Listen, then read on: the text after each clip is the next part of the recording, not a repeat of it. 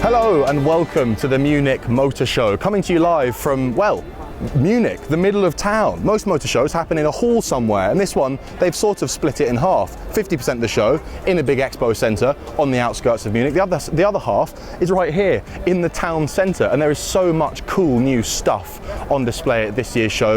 We're going to go have a look at some of it in this video. We are going to dedicate specific videos to certain brands. Mercedes needs its own video because they brought out so much. Likewise, VW, a couple very important cars, but give them their own video. But all the other stuff that's on display in this video right here. So come on, let's go have a look.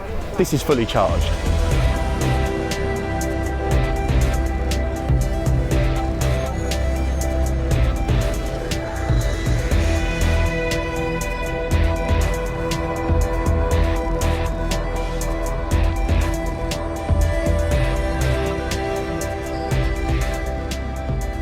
Right, welcome to the Audi stand, or as Audi calls it, the House of Progress. So German. Have a look at this thing. It's called the Grand Sphere Concept, and first things first, it's a big, long boy. I think pushing 6 and a bit meters. Very concepty, but a magnificent piece of design. Audi are on fire with design. They have been for a while now, and this is no exception. It's described in the press materials as a private jet for the road. It's emphasising the front seat occupants. It's not something you sit in the back of, you chill in the front. And actually, at the push of a button, the steering wheel retracts, full self-driving, feet up, chill out. That's all very concepty and fantastical, but I think what is important here is the design language. Much like that Porsche over there, this probably provides some clues as to future Audi design language. So I'm looking at those very skinny headlights and thinking, okay, we might be seeing those on new Audis in a couple of years' time. Likewise, the grille. The grille is an Audi signature, the big open mouth. That is a very famous Audi feature, and it seems like they are going to hold on to it as we enter this electric era, even though they don't really need them. Interesting.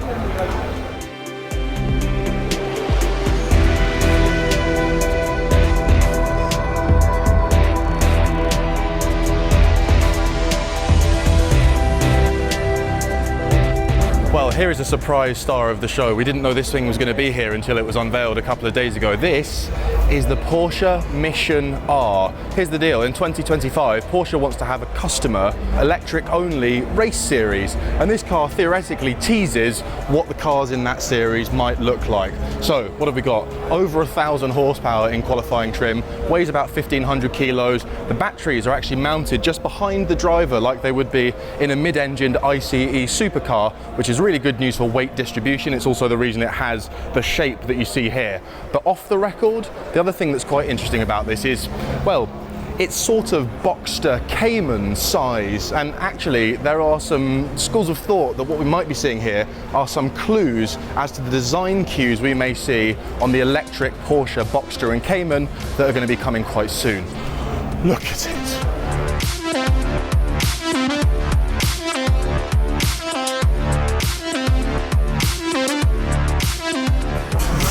Ooh, now then, here's a car I've been waiting a very, very, very long time to clap my eyes on. This is the Cupra Born, the VW ID3's sportier sibling, the first electric hot hatchback. And I'll tell you what, it's a real good looking car in the metal. I've always had a bit of a gripe with Cupra's trademark bronze accents.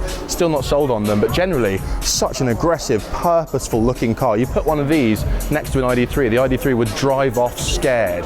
Really decent performance, I think north of 200 brake horsepower, the same battery options as you get in the ID3, which means you can have more than 300 miles of range. Proper room for 4 because of that MEB platform, really usable rear seats, decent sized boot, and it's an electric hot hatchback. My favourite type of car has finally gone electric. Between you and me, we've just been invited to drive this thing at the press launch in a few weeks' time, so you'll know what we think about it to drive in a couple weeks.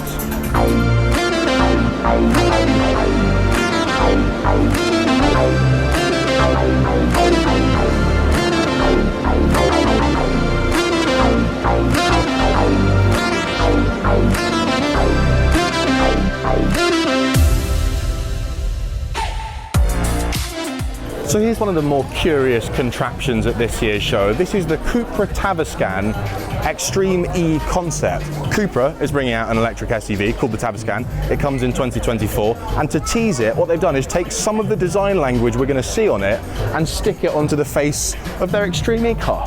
It's an interesting marketing strategy. It's a very cool thing. Also, can I just say, stood next to an Extreme E car, you do realise how extreme they are. That is a lot of suspension. It's just a monster of a thing. It's also mostly made from flax fibre, so sustainable as well. Pretty cool. And here is a third Cupra for good measure. This is the most outrageous of them all. It's called the Urban Rebel concept. And if you strip away all the very, very motorsporty bits and the enormous wing, what it actually is Cupra's new compact city electric car, the sister car of the VW ID Life concept that we've seen in a different video. This, in 4 years' time, will be a small VW Polo-sized Cupra that you can buy with money, theoretically for less than £20,000. But for the concept, they've gone absolutely mad. They're giving it a colossal wing, bucket seats, race car interior, the craziest wheels I've ever seen, and a mad livery. Oh, and about 500 horsepower. Why not?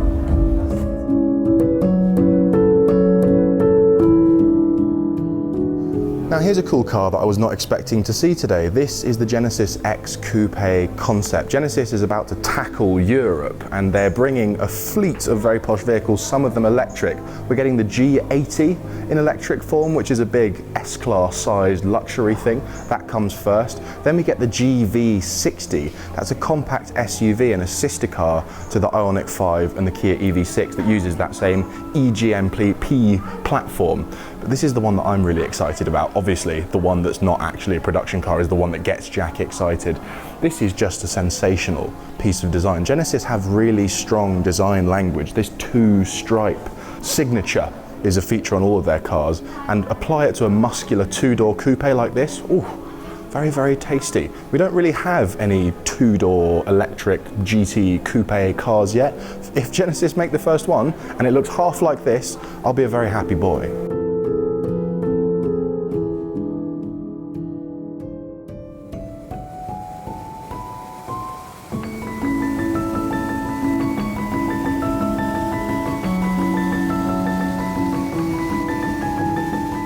Well, I think at this point we have to officially say Hyundai is cool. It's happened. It's official. Look at this stand. It's beautiful. There's a waterfall over there on the Hyundai stand. Love waterfalls, but don't go chasing them. Anyway, Ioniq 6. It's not new, but I haven't seen it in the metal before, and it is a fantastic looking piece of design. I love this thing so much. One thing I will say is I have seen a few spy shots of the test mule of the production car, and it looks a bit different, let's just say. Hopefully that's very clever camouflage, because this is a masterpiece of design. I really want a sporty, slippery electric Hyundai sports coupe in my life. Fingers crossed. And then just over there, behind a crowd of people, is a Hyundai Ioniq 5 Robotaxi. This is built in conjunction with a self-driving technologies company called Motional. And this car has over 30 sensors, a combination of LiDAR, camera, radar, a million other things, and it's a sort of imagination of what self-driving electric taxis could look like in the future. Also, just seeing an Ioniq 5 with a load of cool sensors and cameras on, it really suits the design of the car. It's a really cool looking thing, very Back to the Future-esque.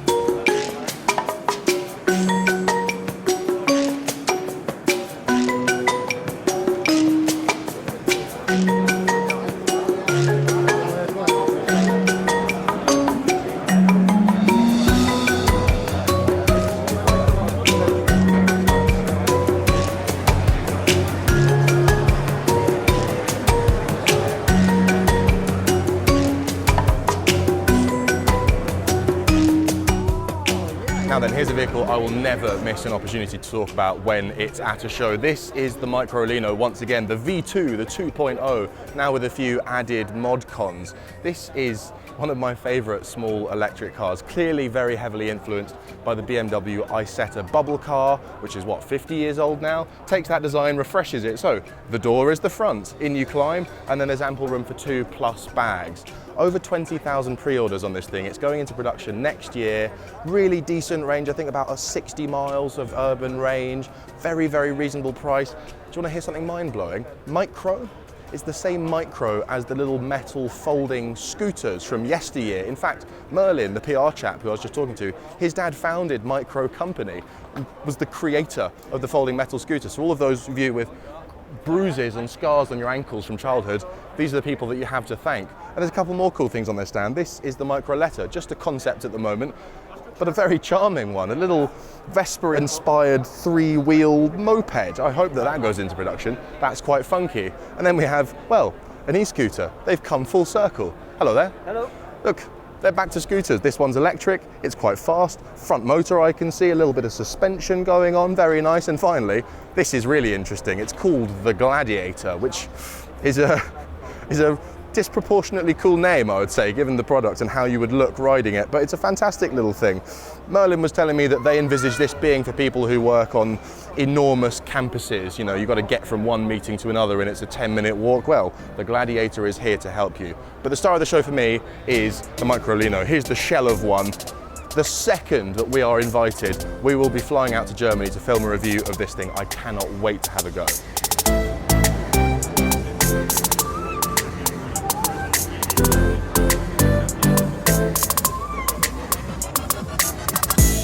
Right, we're here at BMW stand in the centre of town. BMW, obviously being a German brand, has a huge presence at the show this year. Nothing huge to report. Just over there we can see an i4, which I'm going to be driving very soon and cannot wait to have a go on. We've also got iNext behind it, which I remain convinced is an elaborate prank, because there's no way someone designed that for money, right? Anyway, I digress. One interesting thing that BMW has brought is in this room. We can't actually get in there because there's an enormous queue and it's too hot and I'll die if we wait that long, but we'll flash some images of it up. It's called the BMW Vision Circular Concept, and it envisages what luxury will look like in 2040. I'll give you a clue, really big nostrils.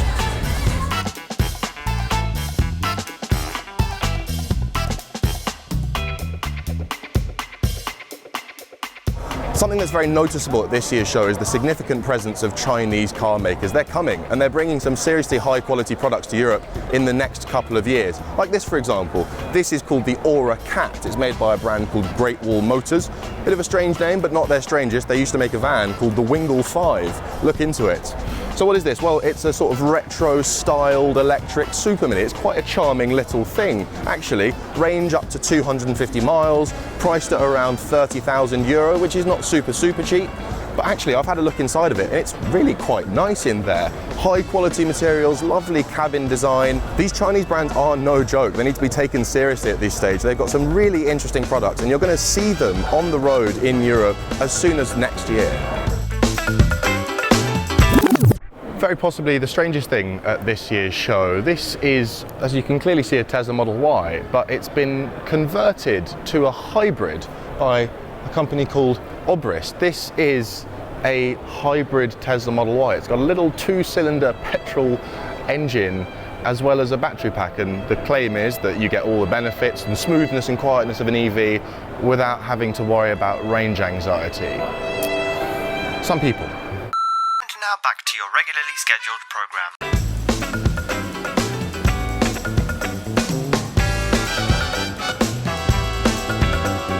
So this is quite interesting. We're on the Renault stand, or at least it was the Renault stand yesterday when we were here to have a quick look at the Megane and the Renault 5 concept.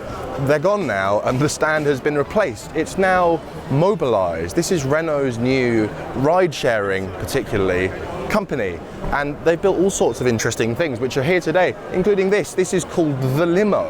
It's Chinese built and it's designed specifically for ride-sharing services, for Ubers, basically. This is a car designed to be driven for Uber drivers, and it's going into production next year.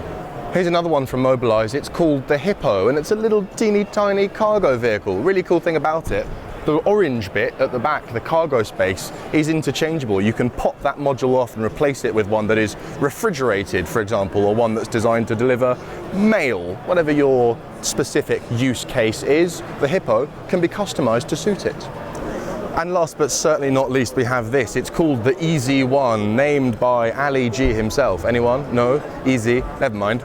What is it? Well, it's fundamentally, it's the spiritual successor to the Twizy, which means I automatically love it. It's a small, urban, two-seater vehicle. Again, all these mobility vehicles here on this Renault stand, Mobilize, sorry, not available for purchase, available for rent only, and you rent them by the hour, or by the minute, or by the kilometre. Really interesting new way of thinking about cars.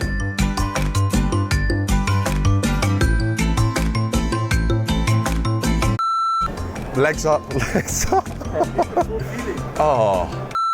Well, this is a highlight of my day. Welcome to the Siemens stand, and this is the Siemens Smart Chopper. No, seriously, this was designed back in 2009 by Orange County Choppers. Remember the show, American Chopper? The very angry guy with the moustache and his even angrier son?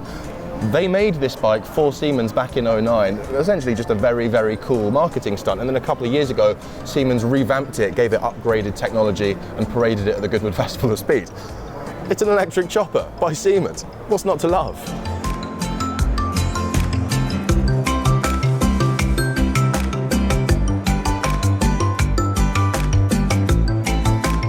Do you love the VW ID4 but the back end isn't quite swoopy enough for you? Well, VW has a solution. This is the new VW ID5 and it's the coupe version, the sportback version, as is tradition these days. The e-tron has one, the Enyaq's going to have one next year, and this is VW's one.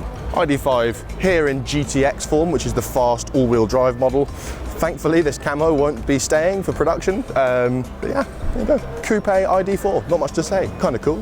What is very cool, however, is this. See this? VW ID Life concept. This is the precursor to the small sub £20,000 electric car that VW will be making in 2025 using a shortened version of the MBB platform. And if you want to know all the details on that, go and check out our full video on it.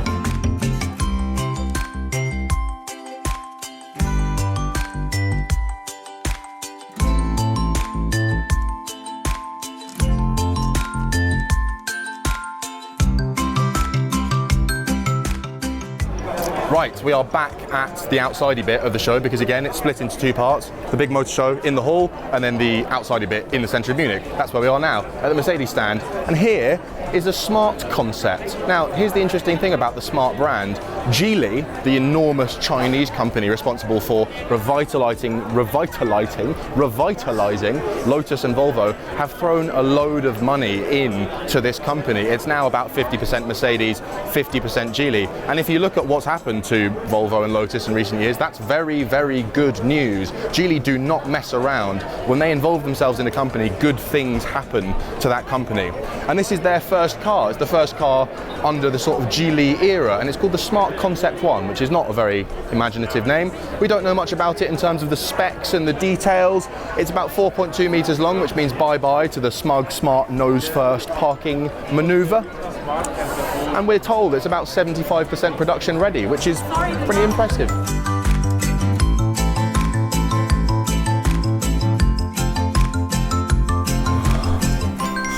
Well, that just about concludes our coverage here at the Munich Motor Show. Big takeaways from this year's show, let's see. Number one, small, cheap electric cars are coming, albeit not quite as soon as we wish that they were.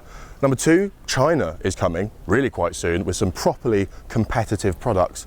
But I think the main takeaway from this show is just how dominated by electric stuff it is. Normally, in the past, when we go to these kind of shows, we sort of have to walk around all the noisy petrol stuff and pretend it's not there. But we don't have that problem anymore because, well, there isn't very much of it on show. In fact, there was a quite funny moment yesterday where cameraman Andy started filming this posh-looking Chinese SUV. I had to tap him on the shoulder and go, hang on, mate. That's a PHEV. We just assumed it was electric because everything here is.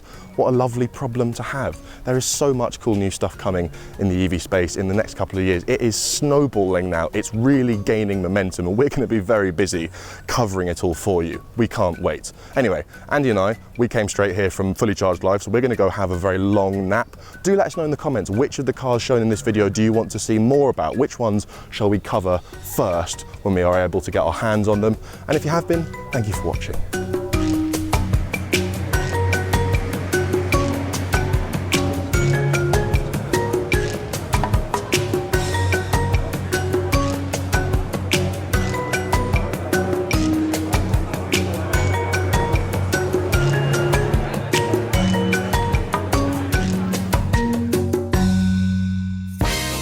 Yes, it's the Great EV Giveaway. Don't forget to subscribe and enter for your chance to win all sorts of prizes, including one of 4 electric cars.